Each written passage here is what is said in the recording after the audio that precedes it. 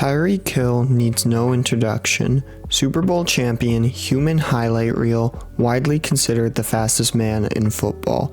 But here's the question, could he be the fastest man in sprinting? Tyreek's name has been floating around sprinting circles for years.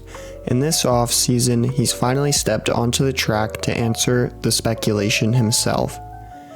Through June, he's raced twice in the 100 meters, clocking a wind-legal 10:15 and a wind-aided 10:10.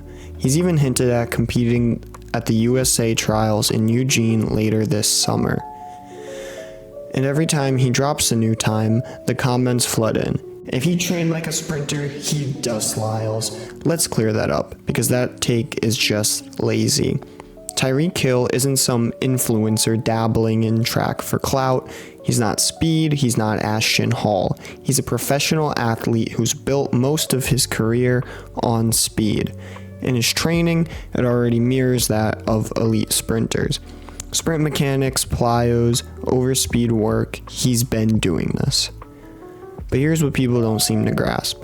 The gap between 10:1 and 9:8 is a canyon. Noah Lyles ran 10:1 in high school, and it took him years of refinement, peaking, and biomechanical mastery to break into the 9.8s. Now, to be fair, if Tyreek had the build of a sprinter, maybe he could flirt with 9.9. But dusting Lyles, that's a fantasy. To look at some numbers, Tyreek's fastest 60 meter is a 6.64. Very respectable, but far from Lyles' 6.43. And for anyone who's watched Noah Lyles race, if you don't have a solid lead on him by 60, you're not catching up. Especially Tyreek, who is estimated to have a top speed of around 25 miles per hour. Again, far from Lyles' 27 miles per hour that he achieved during the Olympic 100 meter finals. And if you want to talk on-field speed, we know Tyreek ran an impressive 4.29 at the NFL Combine. Now, we really don't know what Lyles' 40 time would be, but we do know that Iowa sprint star Kalen Walker recently ran a 4.15 in the 40, much faster than Tyreek. For reference, Kalen's 100 meter PR is a 9.94 and his 60 is a 6.51, both slower than Lyles. None of this is a hate on Tyreek. He's 31, still running PRs, and just beat Josephus Lyles in a 100 meter race. That's insanely impressive.